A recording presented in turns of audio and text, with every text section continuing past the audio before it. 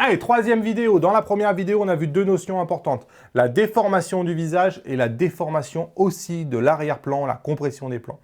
Dans la seconde vidéo, on a étudié un peu plus quelles sont les différences du 35, 50, 85 et 135 mm, un peu, et sur quels critères il faut choisir plutôt l'un ou plutôt l'autre.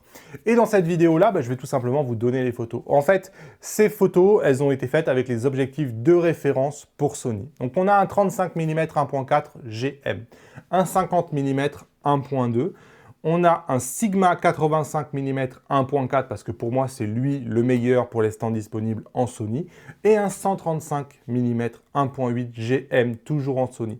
Donc le fait de vous donner les photos, je veux que vous regardiez plein de trucs. La première chose que vous pouvez regarder, c'est quelle est l'intensité du bokeh, parce que ça aussi c'est une question qui revient le plus.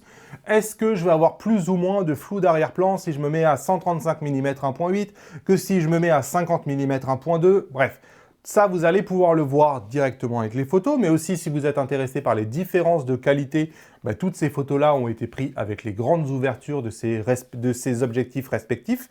Et évidemment, vous avez le rendu. Et quand je dis le rendu, c'est en fonction du type de cadrage, gros plan, plan moyen, plan pied. Est-ce que je déforme mon visage? Est-ce que j'aime le rendu que ça donne sur mon visage? Est-ce que j'aime le rendu aussi de l'arrière-plan? La fameuse compression des plans avec un arrière-plan qui grandit si je me mets par exemple à 135 mm. Donc ça, vous allez pouvoir le voir avec cette série de 3 x 4 photos. Gros plan, plan moyen, plan pied. Je vous mets un lien dans la description pour pouvoir télécharger ces fichiers-là.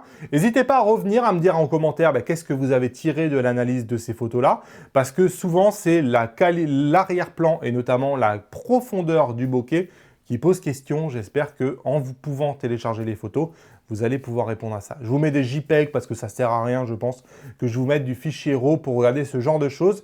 Merci d'avoir regardé cette vidéo. Si vous découvrez la chaîne, n'oubliez pas de vous abonner. Avant de partir, cliquez sur le bouton s'abonner. N'oubliez pas les pouces levés vers le haut, ça fait toujours plaisir. Et moi, je vous dis à bientôt dans une nouvelle vidéo. Salut!